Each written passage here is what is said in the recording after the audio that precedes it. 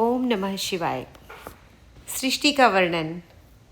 तदनंतर नारद जी के पूछने पर ब्रह्मा जी बोले, मुने, हमें पूर्वोक्त आदेश देकर जब महादेव जी अंतर्ध्यान हो गए, तब मैं उनकी आज्ञा का पालन करने के लिए ध्यानमग्न हो कर्तव्य का विचार करने लगा। उस समय भगवान शंकर को नमस्कार करके श्रीहरि से ज्ञान पाकर परमानंद को प्राप्त हो मैंने सृष्टि करने का ही निश्चय किया। तात भगवान विष्णु भी वहाँ सदाशिव को प्रणाम करके मुझे आवश्यक उपदेश दे तत्काल अदृश्य हो गए। वे ब्रह्मांड से बाहर जाकर भगवान शिव की कृपा प्राप्त करके वैकुंठ धाम में जा पहुँचे और सदा वहीं रहने लगे। मैंने सृष्टि की इच्छा से भगवान शिव और विष्णु का स्मरण करके पहले के रचे हुए जल में अपनी अंजलि डाल के जल को ऊपर की ओर उछाला। इससे वहाँ एक अंड प्रकट हुआ जो 24 तत्वों का समूह कहा जाता है। विप्रवर, वह विराट आकार वाला अंड जड़ रूप ही था। उसमें चेतनता ना देखकर मुझे बड़ा संशय हुआ और मैं अत्यंत कठोर तप करने लगा। 12 वर्षों तक भगवान विष्णु के चिंतन में लगा रहा। तात वह समय पूर्ण होने पर भगवान श्रीहरि स्वयं प्रकट हुए और बड़े प्रेम से मेरे अंगों का स्पर्श करते हुए मुझसे प्रसन्नतापूर्वक बोले। श्री विष्णु ने कहा, ब्रह्मन, तुम वर मांगो, मैं प्रसन्न हूँ। तुम्हारे लिए कुछ भी अदेय नहीं है। भगवान शिव की कृपा से मैं सब कुछ देने में समर्थ हूँ। ब्रह्मा बोले, अर्थात मैंने कहा, महाभाग, आपने जो मुझ पर कृपा की है वह सर्वथा उचित ही है, क्योंकि भगवान शंकर ने मुझे आपके हाथों में सौंप दिया है। विष्णु, आपको नमस्कार है। आज मैं आपसे जो मांगता हूँ उसे दीजिए। प्रभु, यह विराट रूप 24 तत्वों से बना हुआ अंड किसी तरह चेतन नहीं हो रहा है, जड़ीभूत दिखाई देता है। हरे, इस समय भगवान शिव की कृपा से आप यहाँ प्रकट हुए हैं, अतः शंकर की सृष्टि शक्ति या विभूति से प्राप्त हुए इस अंड में चेतना लाइए। मेरा ऐसे कहने पर शिव की आज्ञा में तत्पर रहने वाले महाविष्णु ने अनंत रूप का आश्रय ले उस अंड में प्रवेश किया। उस समय उन परम पुरुष के सहस्त्रों मस्तक, सहस्त्रों नेत्र और सहस्त्रों पैर थे। उन्होंने भूमि को सब ओर से घेर कर उस अंड को व्याप्त कर लिया। मेरे द्वारा भली भांति स्तुति की जाने पर भी जब भगवान विष्णु ने उस अंड में प्रवेश किया, तब वह 24 तत्वों का विकार रूप अंड सचेतन हो गया। पाताल से लेकर सत्यलोक तक की अवधि वाले उस अंड के रूप में वहाँ साक्षात श्री हरि ही विराजने लगे। उस विराट अंड में व्यापक होने से ही वे प्रभु वैराज पुरुष कहलाए। पंचमुख महादेव ने केवल अपने रहने के लिए सुरम्य कैलाश नगर का निर्माण किया, जो सब लोगों के ऊपर सुशोभित होता है। देवर्षे, संपूर्ण ब्रह्मांड का नाश हो जाने पर भी वैकुंठ और कैलाश, इन 2 धामों का कभी नाश नहीं होता। मुनि श्रेष्ठ, मैं सत्यलोक का आश्रय लेकर रहता हूँ। तात, महादेव जी की आज्ञा से ही मुझ में सृष्टि रचने की इच्छा उत्पन्न हुई है। बेटा, जब मैं सृष्टि की इच्छा में चिंतन करने लगा, उस समय पहले मुझसे अनजाने में ही पापपूर्ण तमोगुणी सृष्टि का प्रादुर्भाव हुआ, जिसे अविद्या पंचक अथवा पंचपर्वा अविद्या कहते हैं। तदनंतर प्रसन्नचित होकर शंभु की आज्ञा से मैं पुनः अनासक्त भाव से सृष्टि का चिंतन करने लगा। उस समय मेरे द्वारा स्थावर संज्ञक वृक्ष आदि की सृष्टि हुई, जिसे मुख्य सर्ग कहते हैं। यह पहला सर्ग है। उसे देखकर तथा वह अपने लिए पुरुषार्थ का साधक नहीं है, यह जानकर सृष्टि की इच्छा वाले मुझ ब्रह्मा से दूसरा सर्ग प्रकट हुआ, जो दुख से भरा हुआ है। उसका नाम है किर्यस्त्रोता। वह सर्ग भी पुरुषार्थ का साधक नहीं था।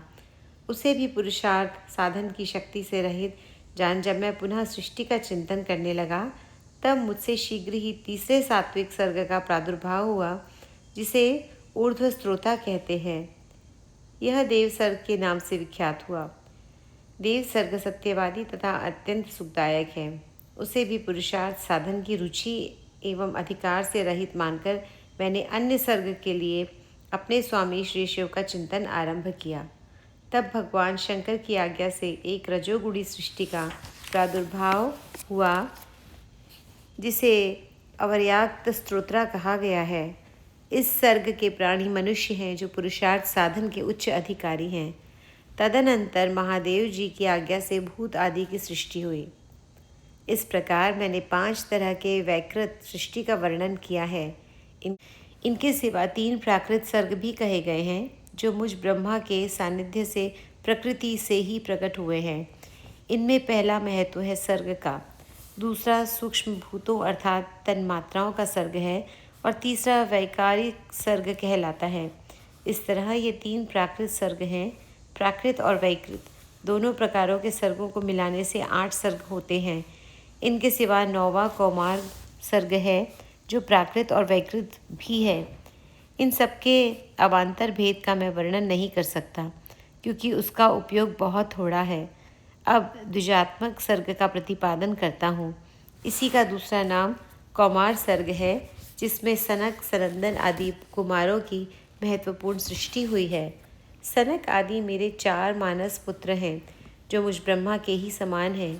वे महान वैराग्य से संपन्न तथा उत्तम व्रत का पालन करने वाले हुए। उनका मन सदा भगवान शिव के चिंतन में ही लगा रहता है। वे संसार से विमुख एवं ज्ञानी हैं।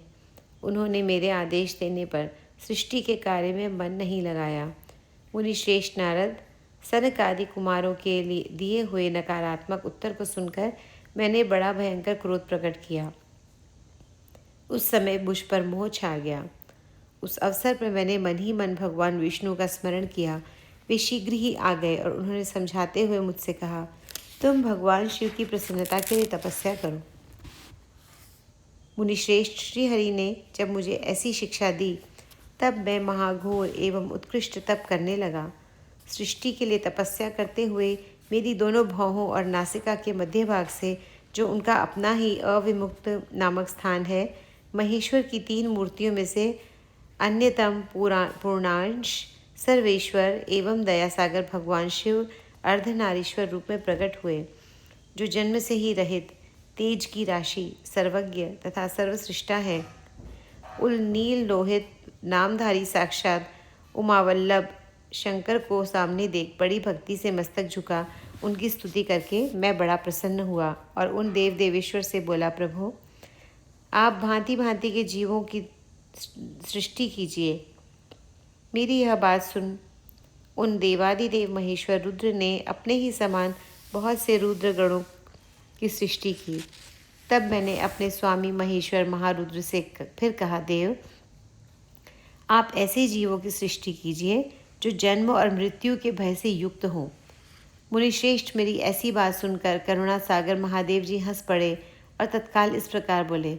महादेव जी ने कहा, विधातः मैं जन्म और मृत्यु के भय से युक्त अशोभन जीवों की सृष्टि नहीं करूँगा, क्योंकि वे कर्मों के अधीन हो दुख के समुद्र में डूबे रहेंगे। मैं तो दुख के सागर में डूबे हुए उन जीवों का उद्धार मात्र करूँगा। गुरु का स्वरूप धारण करके उत्तम ज्ञान प्रदान कर उन सबको संसार सागर से पार करूँगा। प्रजापते, दुख में डूबे हुए सारे जीव की सृष्टि तो तुम ही करो। मेरी आज्ञा से इस कार्य में प्रवृत्त होने के कारण तुम्हें माया नहीं बांध सकेगी। ऐसा कहकर श्रीमान भगवान नील लोहित महादेव मेरे देखते देखते अपने पार्षदों के साथ वहाँ से तत्काल तिरोहित हो गए। ओम नमः शिवाय।